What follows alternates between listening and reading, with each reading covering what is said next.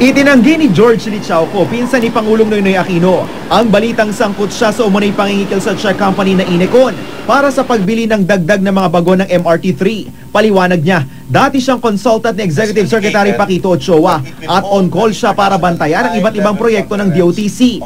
Sa loob ng 2 taon, 2 beses lang umano siyang nakipagpulong sa mga opisyal ng DOTC. Unay noong April 2012 at si DOTC Undersecretary Rene Limcauco ang kanyang kamiting. Nabanggit niya noon kay Limcauco ang kanyang kapitbahay at kamag-anak ng kanyang misis na si Yorgos Sinakis, na representative ng Inecon.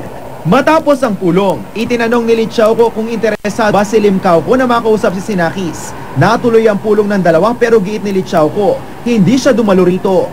April 2013 naman na makipagpulong si Licauco kay DOTC Secretary Jun Abaya para magbigay impormasyon kaugnay sa American Public Transportation System na posibleng maging gabay ng gobyerno sa modernization program ng MRT-3. Kaya ay pinagtataka raw ni Licauco kung bakit pati siya ay idinadawit sa issue. Gayong mismong Czech ambassador ang naglinaw na walang sangkot na kaanak ng Pangulo. Gayunman, handa raw siyang humarap sa anumang investigasyon. Nagprotesta ang aabot sa 30 driver ng grupong Piston sa Caloocan bilang pagkondena sa patuloy umanong overpricing sa presyo ng produktong petrolyo. Giit nila, bitin ang ipinatupad na oil price rollback. 1 peso and 60 centavos kada litro ang bawas presyo ng kumpanyang Shell, Petron, Chevron, Sea Oil, Flying V at PTT sa gasolina. 80 centavos naman sa diesel. 85 centavos kada litro naman ang rollback sa kerosene ng ilang kumpanya.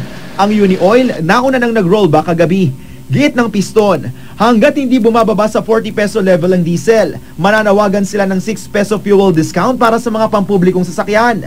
Sabi naman ng Department of Energy, iniiwasan na ng pamahalaan na magbigay ng subsidy para maging masinop ang publiko sa pagkonsumo ng petrolyo.